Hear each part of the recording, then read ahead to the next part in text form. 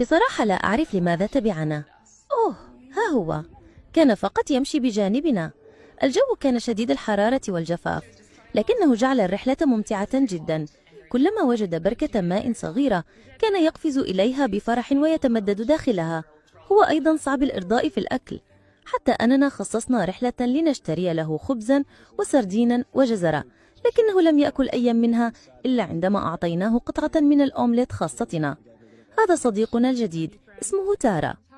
عندما قطعنا 50 كيلومترا أدركنا أنه متعب جدا، وبما أنني طبيب بيطري نظرت إلى قدميه ووجدتهما متأذيتين، فارتجلنا حلا وألبسناه جواربي.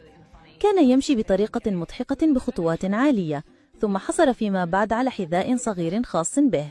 بقي 30 كيلومترا للوصول إلى البلدة التالية، فتابع السير معنا.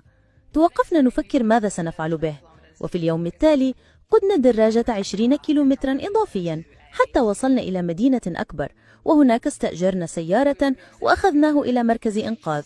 كان الأمر صعبا جدا علينا عند تركه، فقد أصبح جزءا من حياتنا ولم يفارقنا لحظة، لذلك قررنا أن نتبناه. بعد 4 أشهر من الأوراق والإجراءات لعبور الحدود عدنا إلى المغرب لنأخذه، وكانت لحظة مؤثرة جدا أعادت لنا كل ذكريات رحلتنا بالدراجة. بعدها سافرنا إلى أمستردام وركبنا 3 قطارات ثم عبارة إلى بريطانيا. اليوم أصبح تارا جزءا من حياتنا ويمنحنا الكثير من السعادة. قريبا سينتقل للعيش في النرويج، وأنا متحمس جدا ليلتقي بكل كلاب الآخرين. Oh my gosh. Oh my god.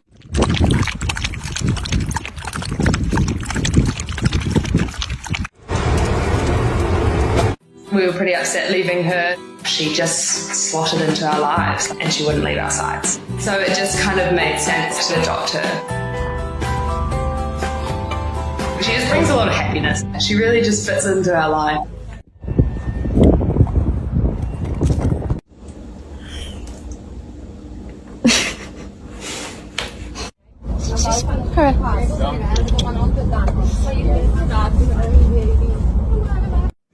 Yes. Woo!